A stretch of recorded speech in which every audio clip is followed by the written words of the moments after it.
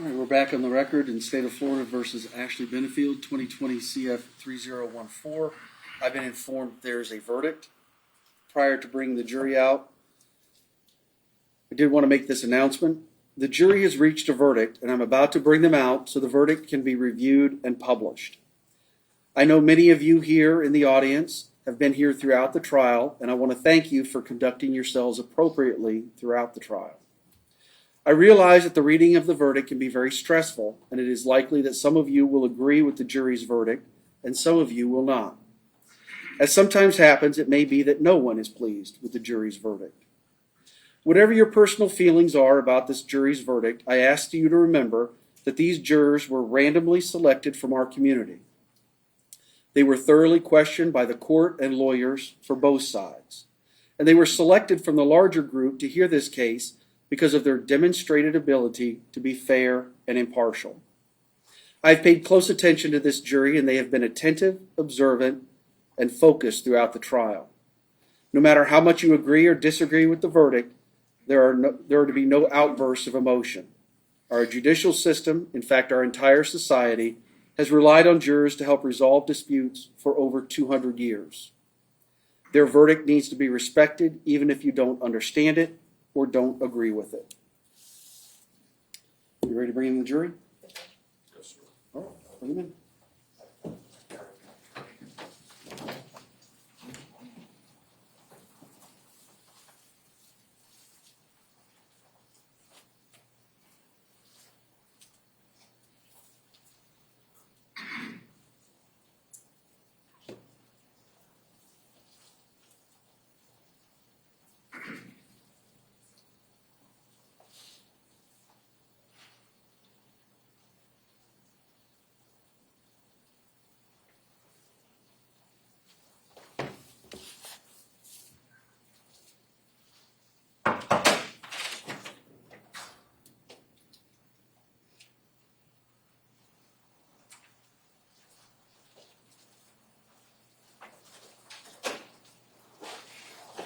All right, you all can have a seat. Members of the jury, I understand you have a verdict, and we have a foreperson. Yes, we do. Ma'am, has the jury reached a verdict? Yes, we have. Is the verdict unanimous? Yes, it is. Would you please hand the verdict form to the deputy? I need to check it and make sure it's in proper form. Thank you.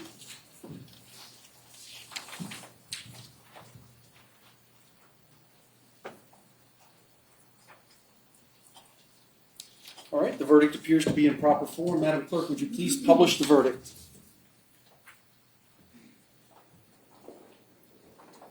In the Circuit Court of the 12th Judicial Circuit in 4 Manatee County, Florida, the State of Florida versus Ashley Benefield, case number 2020 CF 3014.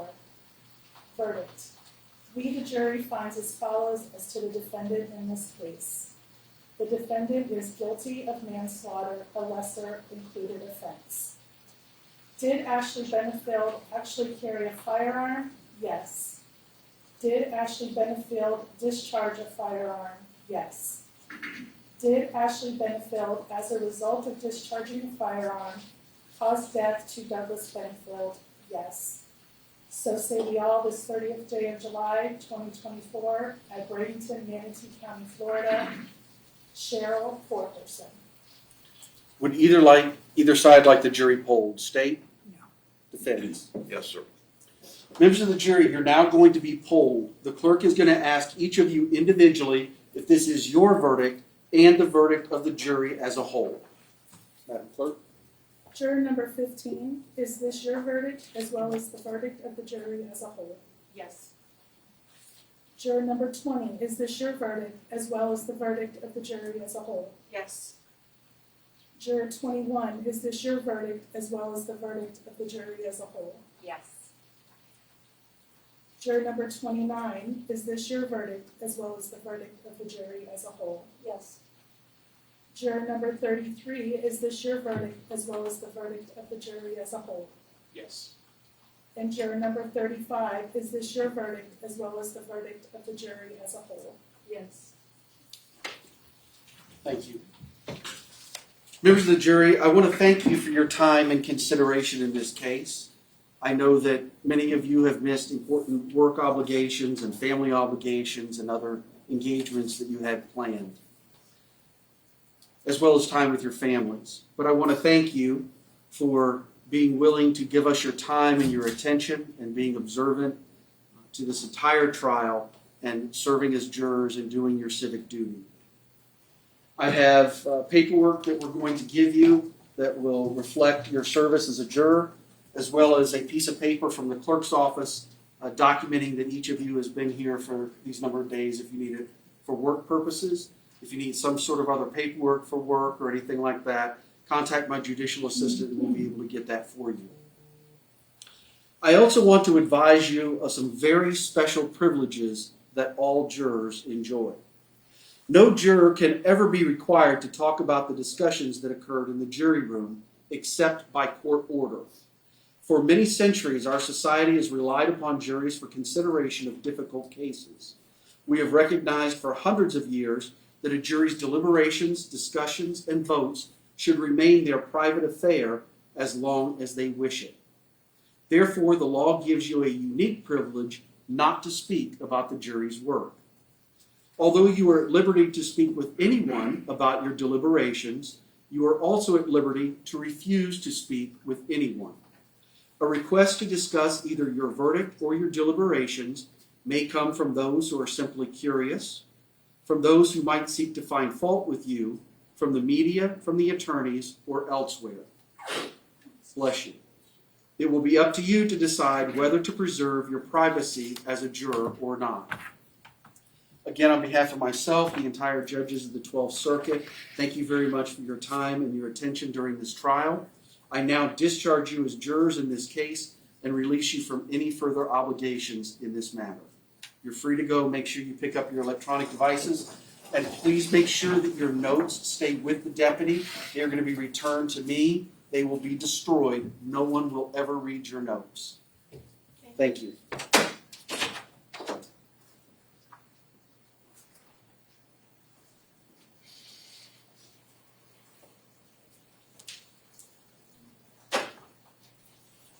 All right, you all can have a seat. The jury is out.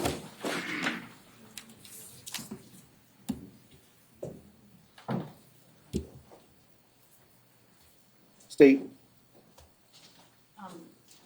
Judge, I would ask you to remand the defendant at this point. I believe she has a right to a PSI for sentencing, so I'm not sure if she would waive that or proceed with that. Do you want to PSI? I think we'd prefer to have the PSI. I'll sign an order tonight for that. It's a late in the evening. My judicial assistant will reach out to both of you tomorrow to begin coordinating a hearing, sentencing hearing. You can let her know how much time you need. Right now, the pre-sentence investigations are running a month to 6 weeks, so it'll certainly, the time for sentencing will be outside of that, but then you can let me know how much time you'll need.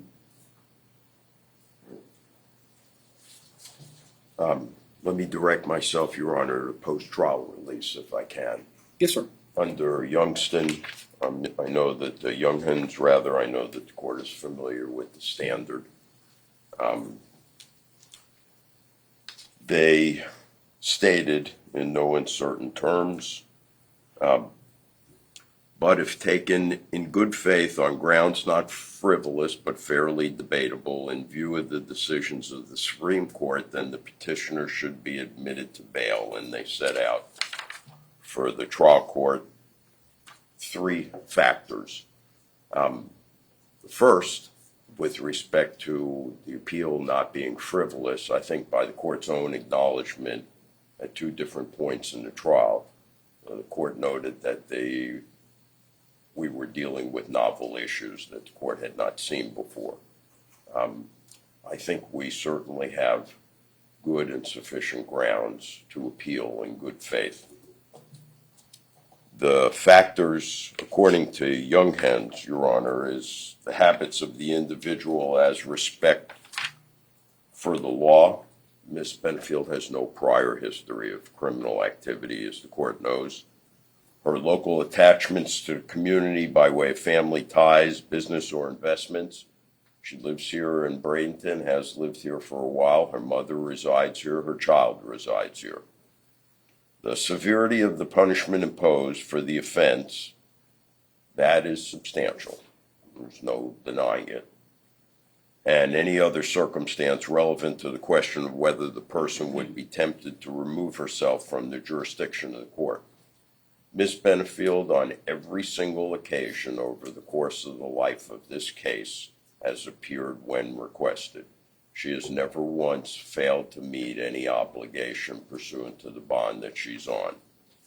As a result, we ask that the court entertain setting a post-trial bond. The only other thing that the court noted in the Younghands decision was that it's axiomatic that the exercise of judicial discretion should never be arbitrary, capricious, or unreasonable, and where the discretion is exercised in favor of denying to a person a basic and fundamental right, the reasons for doing so should be sound and they should be clearly stated. So pursuant to Rule 3.691, post-trial release, Your Honor, we ask that the court admit Ms. Benefield to bond, continue her on the same bond, in fact. And if the court is not inclined to do so, we ask that Your Honor stay the decision so that we can appeal directly to the second district. As the court knows, it's an accelerated docket because of the nature of the motion, that is to say, the bond. Thank you. State, did you want to be heard? Judge, I object to any bond at this point. The potential sentence is 30 years. While this defendant may have appeared at every court hearing, she was not convicted of the charge at the time. She has much more at stake at this point, being convicted of this crime, and I would ask you to deny bond. Any rebuttal? No, sir. Ms. Benefield, the jury, having found you guilty of manslaughter with a firearm, are going to remand you to the custody of the Manatee County Sheriff. We're going to revoke your bonds where you'll be held pending sentencing.